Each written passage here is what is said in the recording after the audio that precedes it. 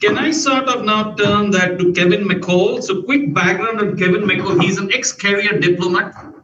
He loves Calcutta. In fact, he used to be as part of the British High Commission Calcutta a few years ago. So I would say he's a Calcutta file, or he loves Kolkata. And when we talk, we sort of share the same point. He's the managing director of UKIBC. And I will not steal Kevin's thunder, but he will talk to you a bit about UKIBC and how he sees. And I've talked to him about the LOCCA strategy, what we have, and where they can contribute. UKIBC, and Kevin is also involved in some of the important bilateral trade discussions, which is going on between UK and India to form a new trade partnership. He gets involved. He and his team gets involved in the JETCO discussions. So without much ado, so why don't I hand it over to Kevin McCole? Kevin, over to you. He is in London, and he will come on the video shortly. Kevin, over to you. Good morning, Udayan. Am I audible and visible? Yes, you're visible and you're audible. Fantastic, thank you. Well, good afternoon to everyone in Kolkata, and good morning to those of us in the UK. Past President of the Institute of Cost Accountants of India, Lord Patel, Deputy High Commissioner Nick Lowe, Professor Colton, all the wonderful leadership team at the Institute. It's an absolute pleasure to be with you all today, albeit from my home just outside of London. Thank you so much for inviting me to take part today, and congratulations on the inauguration of LOCCA, especially on this, as you said, auspicious day. Udayan mentioned some of the themes for LOCCA, and today I'll touch on the trade and investment partnership between the UK and India, and I think there's a role that LOCCA and the Institute generally can play there. And also, I'll touch a little at the end on climate change and opportunities for LOCCA to participate in that great challenge. As Udayan also said, I am a fan of Calcutta. I lived there, the honour of living in Kolkata in Alipur from 2005 to 2008, when I worked at the British Deputy High Commission on Ho Chi Minh Sarani. And I've got wonderful memories of Calcutta, of trying to play golf at the Tollygunge Club, to actually playing football at the CCFC, which I absolutely loved. And in the city will always be really special to me and my family. As my daughter was born there in 2007, and when she was born, she joined her brother, who was a mere 2 months old when we arrived in Calcutta back at the end of 2005. And of course, Kolkata is a wonderful place full of warm people, and I've got many, many friends who I still speak to on a regular basis there. And I visit the city when I can. In fact, on my last trip to India, just before this wretched lockdown, I was able to get to Calcutta. On that trip, I thoroughly enjoyed Nick Lowe's hospitality at the Queen's birthday party, and then the following day at the Queen's Cup race, horse race at the RCTC, where I didn't win any money, but didn't lose too much. Nick, I very much hope to be back there next February, pending an invitation from your good self. When I finished my posting in Calcutta, I returned to London and left the Foreign Service and started work at the UK India Business Council.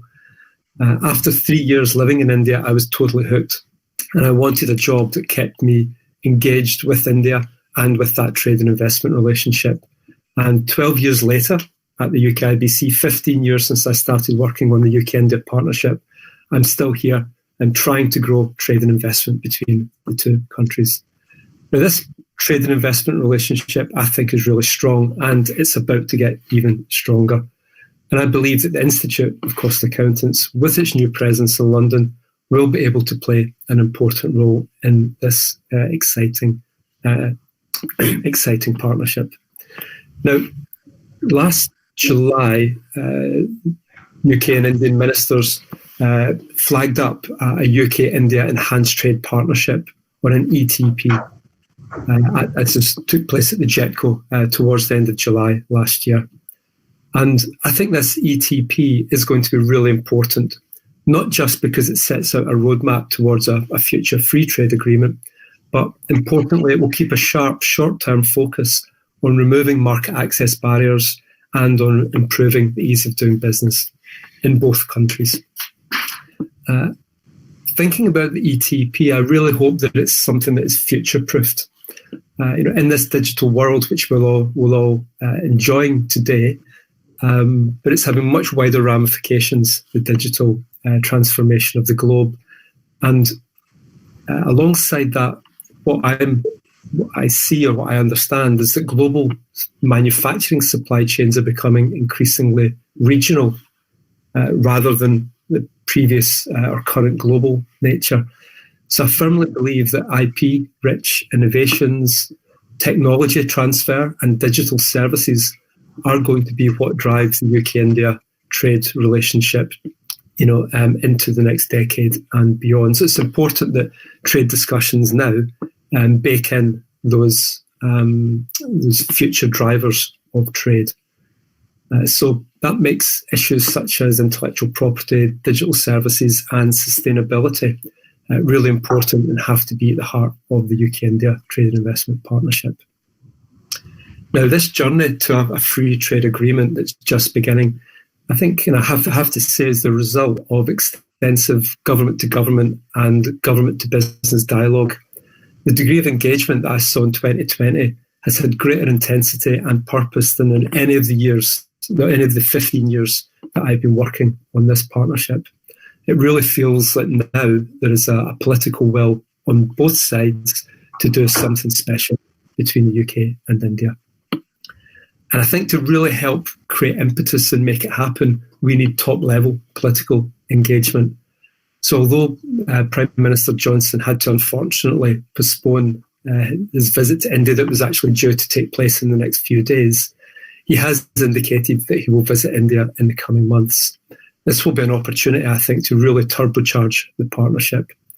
And beyond this initial visit, I think 2021 offers perhaps 3 further excellent opportunities for PM Modi and PM Johnson to increase the intensity and raise the ambition for the partnership. And these 3 opportunities are Mr. Modi, we hope, coming to the UK in June to take part in the D10 meeting, which will happen in the margins of the G7. And then later in June, there is the Commonwealth Heads of Government meeting taking place in Rwanda. And wouldn't it be wonderful if Mr. Modi and Mr. Johnson could meet again there? And the third opportunity is the UN Climate Conference, COP26, taking place in Glasgow, the wonderful city in Glasgow, my home, near my home. That's taking place in November this year, and that will be a landmark moment. This frequent top-level engagement, I think, will create the impetus for greater collaboration on trade, investment, climate, and a wide range of issues vital to both countries. So 2021 will be an exciting year, and there will be a fantastic and fast-changing story to tell with the dynamic of the relationship and steps forward. And it strikes me that with, 80,000 members that the Institute has across a whole range of leading corporates, that the Institute is going to be a great channel to spread word about the opportunities emerging from this new UK-India Trade and Investment Partnership. I've been speaking very positively, but I think it's important that we all remain realistic as well. There's so much opportunity out there, it could be easy to get carried away. So it's important to recognise that the UK-India Trade and Investment relationship will not be plain sailing. There are changes and complexities to navigate in both countries. Of course, the UK has just left the European Union. The transition period ended at the end of December, which is something I think that is triggering the new dynamic. But things that are linked to that, in the UK, the economy is going to be influenced this year by a new India-friendly immigration policy and by fast economic growth, a COVID recession bounce back, if you like. And this economic growth is going to be linked to a Build Back Better strategy and the UK government's determination to spread economic growth to all parts of the UK, what Mr. Johnson calls the levelling up agenda. I think UK devolution is also relevant to Indian businesses as well, with governments in Scotland, Wales and Northern Ireland, as well as influential mayors in city regions around Sheffield, Manchester, Birmingham, and indeed where Lord Patel is. I think from May this year, you may have an elected mayor in West Yorkshire covering Leeds, Bradford, Huddersfield. And all of these mayors and the 3 devolved administrations are all developing their own economic recovery and growth strategies. And it's important for Indian businesses to grasp that. In relation to India, investors are watching really carefully to see if the government accepts the international arbitration decisions recently made in favour of Vodafone and Cairn Energy. If the government does accept these decisions, it would be sending a hugely positive message to the international investor community.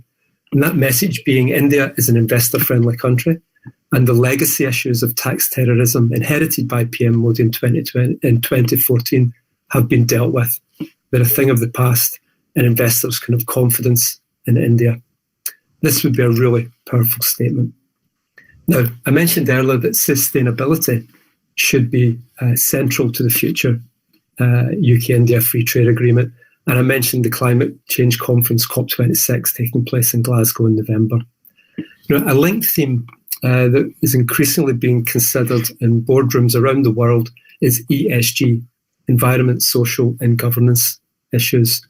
More and more investment decisions and indeed career decisions being made by young talented people are being driven by how corporations perform on environmental, social and governance metrics.